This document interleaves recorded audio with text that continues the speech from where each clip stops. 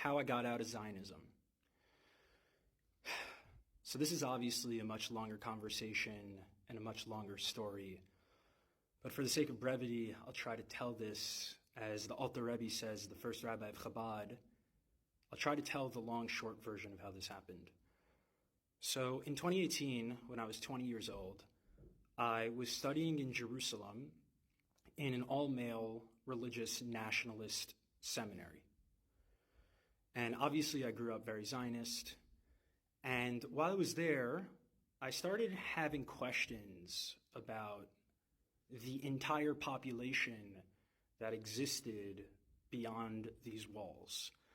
And as part of my program, there were individuals who were doing this interesting program where folks actually met Palestinians and heard some of their perspectives.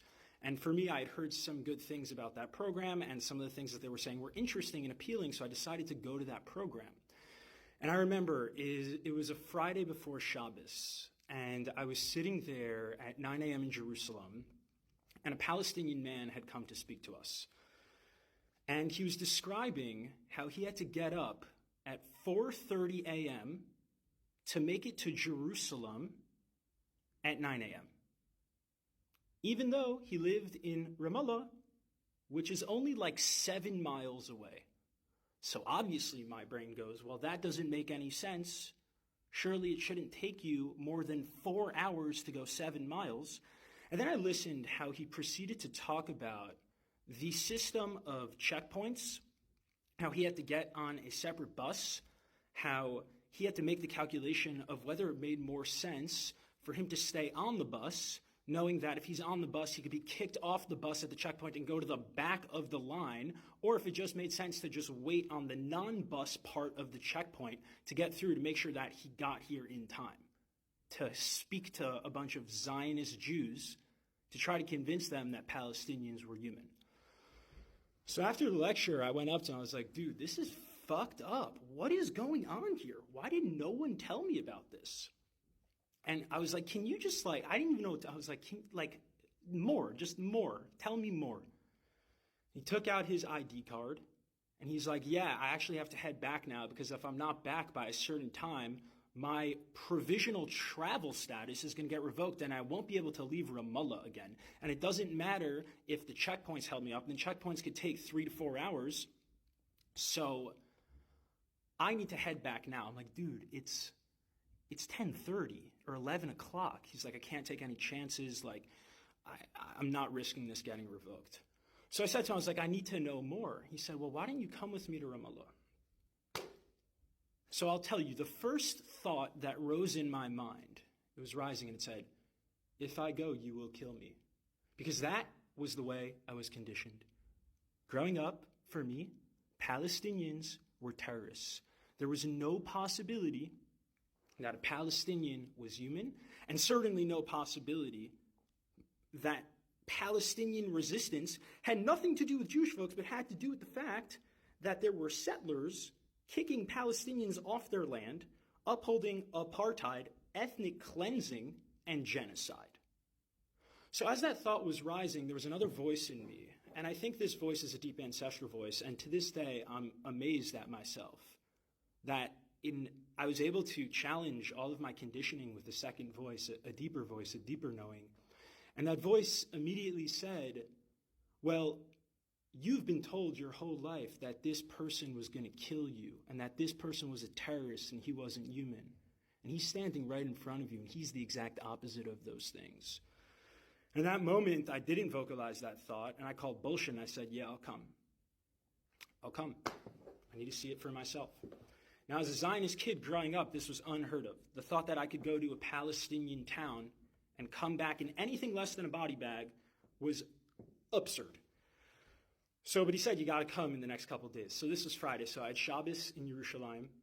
And then Sunday is a work day in the Israeli settler colony. So I went to yeshiva. I went to Gemara in the morning. I think we were holding in Kedushin. And then during lunch, I took off my kippah, I put on the hat, and I went to Shar Shechem, which is Damascus Gate, the only place I wasn't allowed to go to when I was in yeshiva, for fear that Palestinians would kill me. And the second I stepped into Damascus Gate, I I don't want to say became Palestinian, that's ridiculous. I had tremendous privilege as a settler, but I got to taste, maybe instead of a drop in the ocean, I got to taste the mist surrounding one drop in the ocean of what it's like to be subject to a settler colonial regime. And I got on a Palestinian bus, and for me, I was like, well, this is interesting that it's a completely different busing system, but even more than that, it's like I, all of a sudden, was with the people who were supposed to kill me, and in fact, the very opposite happened, where when I was on a Palestinian bus, all of a sudden my sense of identity and belonging started to become Palestinian in terms of my sense of where my safety lies, and my sense of threat immediately became, holy shit, I'm on a Palestinian bus, I am being read as Palestinian in a fucking genocidal settler colony. I am about to go through an hour and a half of military checkpoints in knowing that this occupying army can do whatever they want to me, and the only protection I have is an American passport, which is way more than any Palestinian has, and I was still terrified. And I remember the process of just like this image of a Palestinian father being comforted by his daughter. This man's probably 65 years old, and just me just realizing in that moment, like, the deep humiliation that this person had to undergo. And he was someone privileged who was able to leave Ramallah to Jerusalem.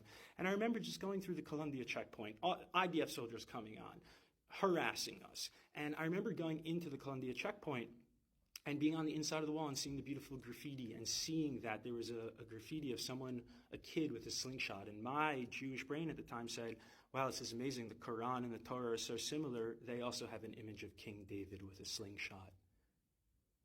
And then after that, the bus kept going, and the slingshot was pointed at an IDF soldier. And that's when it started to crumble for me, where I said, wait a second, who's who here? Who's David and who's Goliath? These are the same rocks that my ancestors used to resist oppression.